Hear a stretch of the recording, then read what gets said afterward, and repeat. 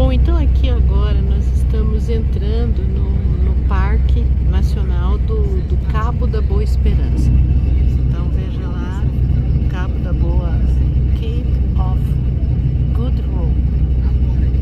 Então nós vamos entrar e esse nome foi dado porque se tinha muita dificuldade para contornar essa parte da África. Então, não é o ponto mais setentrional, ou seja, mais ao sul do continente africano, mas é onde a África faz a volta para rumar para as Índias e para entrar no Oceano Índico, né? Então, tem muitas pessoas que dizem que aqui é a divisão entre o Oceano Índico e o Oceano Atlântico, mas não é.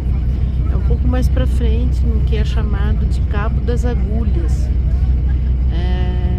Então a gente está indo lá porque isso é um ponto icônico que eu vou contar a história, né, novamente, a hora que a gente chegar lá, com relação a Bartolomeu Dias e Vasco da Gama, né? Bartolomeu Dias foi quem deu o nome de Cabo das Tormentas, mas Vasco da Gama conseguiu ultrapassar e o rei de Portugal então renomeou para Cabo da Boa Esperança. Vamos lá. Meu Deus, que emoção! Nós estamos agora então no local denominado de Cabo da Boa Esperança. Então, uma história bem interessante, que remonta aí. Existe inclusive o ponto de GPS aqui, ó, tá vendo?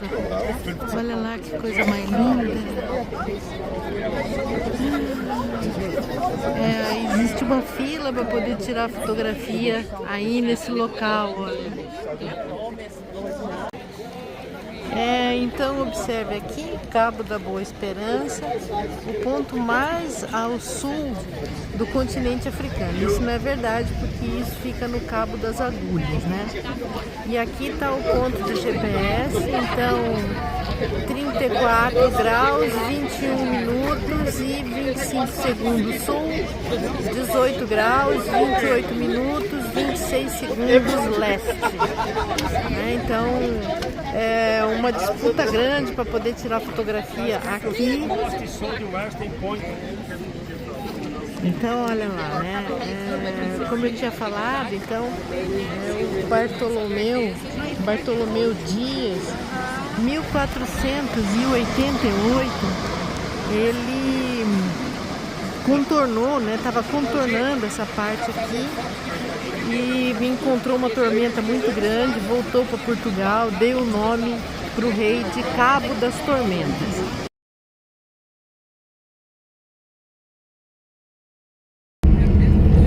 Olha, então aqui é a vista, quer ver? Olha só, nós estávamos naquele ponto ali, ó, tá vendo? Então dava para saber onde ficava por causa desse promontório aqui, tá vendo? E Bartolomeu Dias, ele fez algumas marcações à medida do possível, né, com o sextante que ele tinha, a bússola e tudo mais. Ele fez algumas marcações de como era aqui esse local. E existe diversos marcos, a gente já passou, vamos ver se a gente vê algum aí, chamado Cruz Dias, que é a cruz do Bartolomeu Dias. Olha que coisa linda. E são penhascos, sabe? Ali a gente tava na beira da praia, mas depois sobe esse promontório aqui, ó, tá vendo?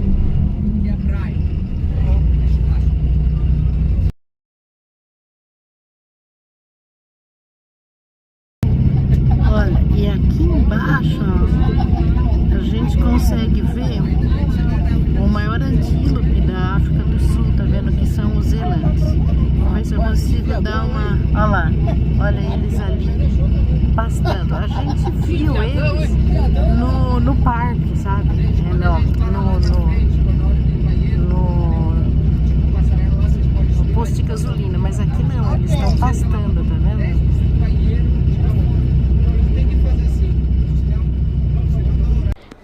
a placa icônica, ela fica atrás desse promontório aqui, né?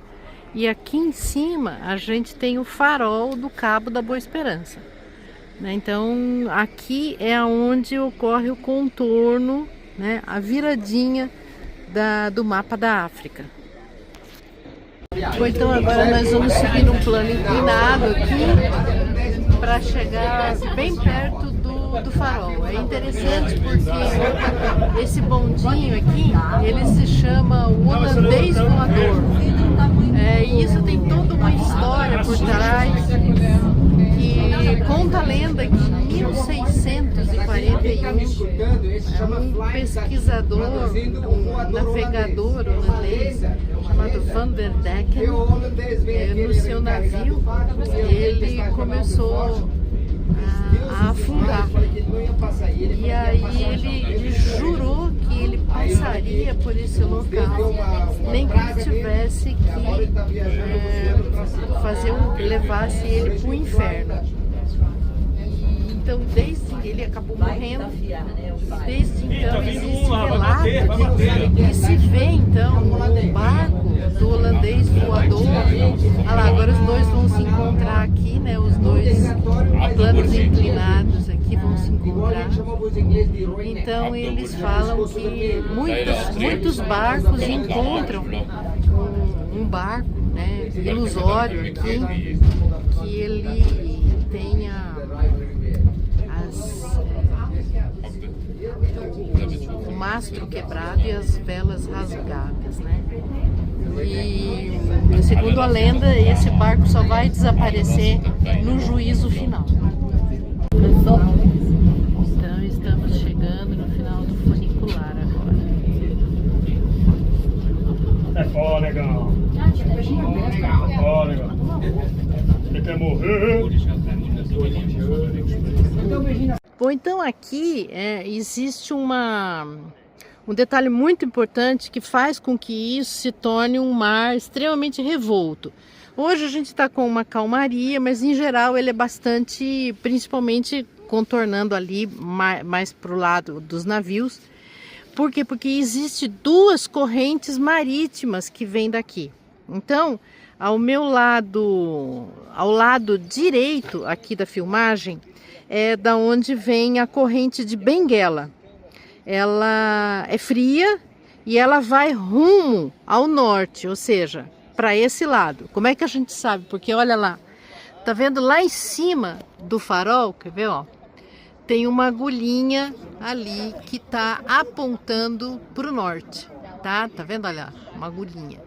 Então tem a corrente de Benguela, então que ela vem daqui da direita para a esquerda, né, rumo ao norte. Ela é fria. E daí ela vem uma outra corrente que ela vem ali do ponto das agulhas, né? E ela vem então do Cabo das Agulhas e ela vem para cá e é uma corrente quente. Então, quando elas se encontram aqui, existe toda uma situação assim de mar revolto, né? De uma confusão, por assim dizer. Mas é uma imagem assim magnífica. Olha só que linda essa praia aqui, os diferenciais de tom que existem aí entre o azul e o cinza, olha.